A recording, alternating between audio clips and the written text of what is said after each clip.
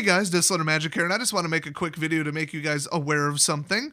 I'm not really accusing anybody of anything, I just wanted to present this and just leave it for what it is. So, a lot of people reported to me that there's been an uptick lately in just about every card selling website really pushing Nexus of Fate. Like if there's a rotating banner of card sales or whatever, they're really pushing it. And I thought, well, why? I mean, it's doing really good right now. In fact, now that they gained like another green fog or whatever, green turbo fog, in my opinion, is the best deck in standard. Now, the amount of people playing it, the amount of people who got bored with it, the amount of people who can tolerate 30-minute games on Arena and MTGO, the amount of people who think that they can shuffle enough times and still finish a 50-minute round at a GP, that all biases what appears to be the most powerful deck, but in just sheer power level and matchups, it's the most powerful deck. It's the narrowest win condition. You basically have to suicide blitz it or play a similar amount of control. So, in my opinion, it is the most difficult to beat deck with the best matchups right now in standard. And remember, 2 more sets are about to come out before rotation.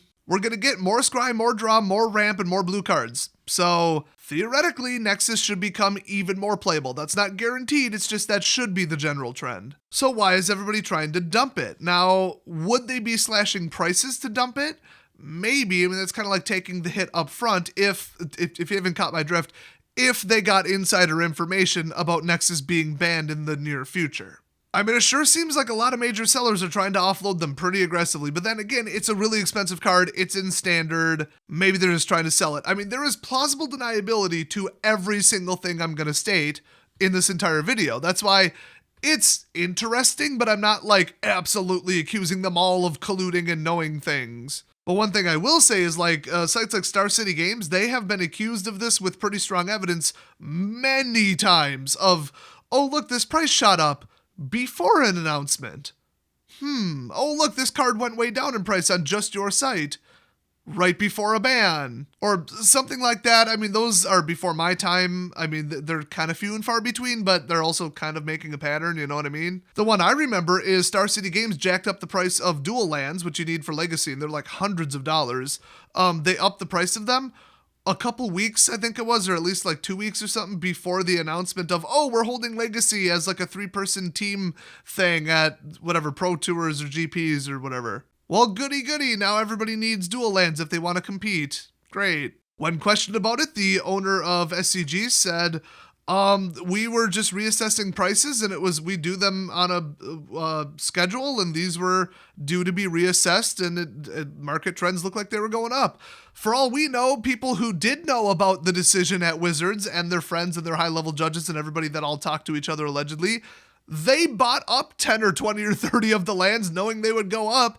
And then Star City Games saw an increase in sales, and they upped the price accordingly due to sales volume tripling. I mean, that's perfectly plausible. I mean, nobody has indisputable evidence or even very strong evidence that anybody at Star City Games for sure had insider knowledge about anything. But it is highly circumstantial and looks pretty bad. So you can't just throw somebody under the bus or make assumptions, but when you start seeing patterns like this over and over and over and over and over of them getting accused over and over, you gotta wonder. But right now I checked Star City Games, Card Kingdom, and Channel Fireball, and all 3 of them are buying Nexus of Fate for about 50 to 60% of what it's selling for, which I thought was kind of low, but I compared it to like Hydroid Crisis. That's like 60% on the dot, I think. A couple others like Kaya, I think they're buying that one for 50, 60%. And that's kind of weird because I could have sworn that they all pay like on really hot cards that they know will sell and that they're running low on because everybody wants them. They usually pay like 70 or 80% in some cases just because they don't want to run out of them. If you can't get your entire order, if you can get like 85% of your order from Card Kingdom, guess what? You're getting 100% of your order somewhere else that has 100% of your order. And they know this, so they'll pay a fortune for certain cards that they're running low on. Because even if at the end of the day after labor and postage they basically break even, that's fine because they made money on the rest of the order and didn't lose a customer. It's all about reputation and return customers in the future. There is value to that. So I would think, geez, at this point, Nexus should be flying off the shelves. But then again, I mean, I play on Arena most of all, and the shuffler's a lot faster than it is by hand at F&M or a GP. So how many people really are going out to buy it for paper? Well, apparently a lot because it's like $30. I mean, if nobody's playing it, it would sink to like $10 pretty damn quick. I know that it's pretty good in formats other than standard, but I don't know, second rate kind of washed up, old school, not good anymore mythics usually fly down real quick. Now keep in mind though that according to Mark Rosewater, more copies of Nexus were printed and distributed than any other mythic in the set. So we thought it was shorter because it was a buy a box promo. They claim that isn't the case. I really wonder if that's true or not. But like individuals got one and then no more could be ordered. So how many really actually got into the hands and inventories of like eBay, TCG Player, Channel Fireball, Card Kingdom, Troll and Toad, all of them? I would say a lot less than them opening booster boxes or, you know, getting them sold on buy lists in quantities that aren't one. So I think effectively on the open resale singles market, there are less of them. But can that exclusively explain the price? No, I don't think so. So anyway, I mean, you go to most major card selling sites that sell like Magic cards and they're like, they got a big banner, rotating scroll or something that's like, buy Nexus of Fate, oh my gosh. I'm surprised they haven't gone like full blown President's Day sale. You know what presidents love? Taking extra turns. I mean, it seems aggressive, and the people that I talk to, I'm like, did anybody else notice this? Because it's not like I go shopping on these websites like every 3 days or ever really. But they really seem to be pushing Nexus hard all of a sudden. Like they have some kind of insider knowledge about it becoming worthless pretty soon. And then I looked at, like I said, the buy list prices. I'm like, ooh, that's like 50-60%. That's not very good on a very hard to get card. I mean, it's kind of adding up. You got to wonder. But the big counterpoint to this conspiracy theory is one, no leaked information, no like Snowden level, hey, yeah, I was involved, and this is exactly who communicated with who and why and how and when, and here's the proof. I mean, there's no, here's an exact screenshot I'm leaking of an email from Mark Rosewater directly to the owner of Card Kingdom. Say, hey, what up, fam? Buy up a bunch of dual lands and raise the price. I got you covered. But besides concrete proof from the past, or lack thereof, I should say, let me pitch another one to you. We had that incident on Twitch where the guy looped it for like an hour and a half because the card's so toxic and impossible to play against. Unmoored Eagle is not a silver bullet. There's only one of it. You have like a 45% chance of it being in your opening hand or something like that. And then you got to resolve it without getting it countered. Good luck. It'll stop Nexus maybe 10% of the time. Maybe. But anyway, everybody's talking about it. The community as a whole wants it banned. Everybody who's not playing it wants it banned. And some of the people who are playing it want it banned. But it's most prevalent, most popular, most heavily played, and most often victorious on best of one ranked arena. Combine that with, I believe, statements made by Chris Clay, if I'm not mistaken, who said, yeah, we would absolutely consider a separate ban list for arena or a ban list just for best of one. So I'd give it about a 95% chance that in the very near future, Nexus of Fate is going to be banned from Arena, or at least best of one, or at least ranked. That at this point is almost a given. They can even compensate owners of that card with an equivalent number of Mythic wildcards just to not piss people off and drive them off the platform. Which honestly, if a bunch of people playing Nexus left Arena, oh boo-hoo, what a loss. If you play that deck, you are the problem, okay? You personally are part of the problem. But the hate for that card is not really limited just to Arena. I mean, when it was really, really hot in past months, like before the release of Ravnica Allegiance, because remember, the card used to be like $70, okay? People played it in the past. I've had people leave comments, oh, nobody used to play this, it wasn't popular until now. And then other people saying, oh, it used to be popular, but now it isn't. Well, those are opposites, and you're both wrong. Once again, misleading, biased statistics involving what platform you're looking at and how long it takes to shuffle and finish a game. But speaking of that, would they even bother to ban it from paper? Look at the results from the last GP or whatever.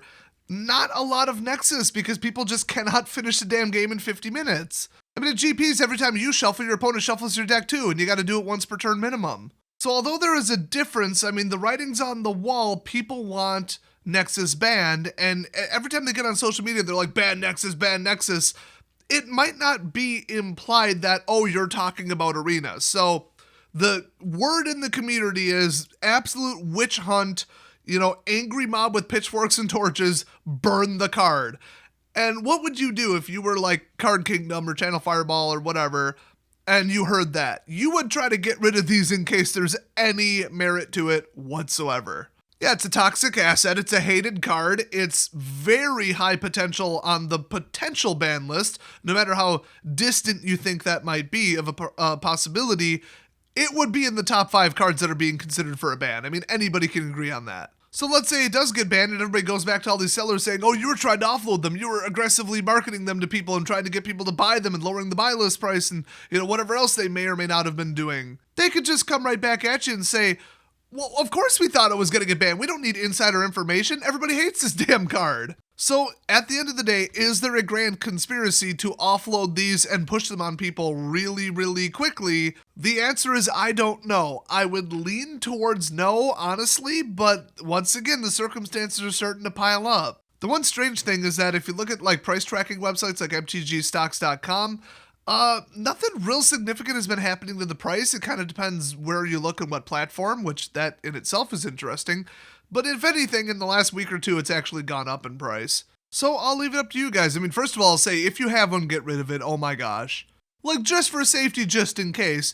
But I wanted to just put the idea out there because it's been floating around. People have been talking. I mean, obviously, don't buy 4 of the card and build the damn deck, but I'd tell you that regardless of whatever I thought was going on, the deck's terrible. It's rude, unfriendly, it drives people away from FNM, or whoever you're playing against makes it want to quit the game permanently. The whole deck is too damn expensive, it's slow, it's boring. Just don't be the person who builds that, but also because it might get banned and the price is potentially crashing and potentially there's insider information among the vendors to potentially kind of get rid of it really quickly. That's another potential good reason. This is all theoretical potential right now. So it'll be really interesting to see what happens. I would suggest tracking the price daily on multiple platforms, and if somebody was leaked, oh, this is going to be banned, I mean, we know that the next BNR announcement is like mid-March or first week in March or something like that. So, like, we're a ways off from that, but if we get closer to that and the price goes down even more, it's still plausible deniability. Somebody could say, well, the next ban announcement is coming up, and boy, we really think Nexus is going to be on it, just in case.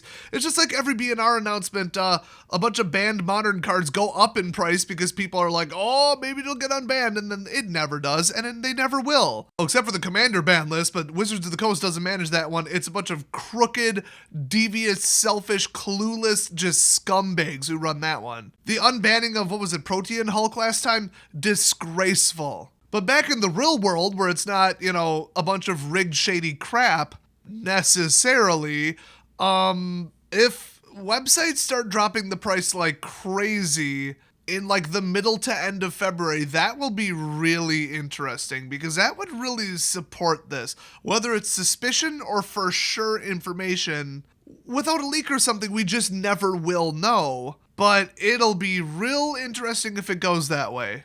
If like end of February, all of a sudden it's a $21 card on sale everywhere. By the way, it is a $21 card on eBay right now, but the last people that would get insider information are random people on eBay. So honestly, that almost supports the counterexample that just the community as a whole, the idea is this might get banned and everybody's unloading it. And then the bigger sellers are kind of starting to buy into it a little bit, but I mean, like, I think Channel Fireball still has it at like $30 retail. That's $10 above eBay. I mean, how hard are they really trying to get rid of it? You know what I mean? So that, among most of the evidence being circumstantial, is why I say I lean towards no on this particular conspiracy theory that, oh, it's some big cabal of all the biggest sellers and they're all getting fed information ahead of time by Wizards. But it is possible and the evidence is interesting. That's why I wanted to just get this out there. So thanks for watching. Don't forget to hit that subscribe button for more amazing conspiracy theories. Just kidding. I think this is like the 4th one I've ever made in this series. But if you want the best series on my channel, honestly, that's probably the MTG Mistakes playlist.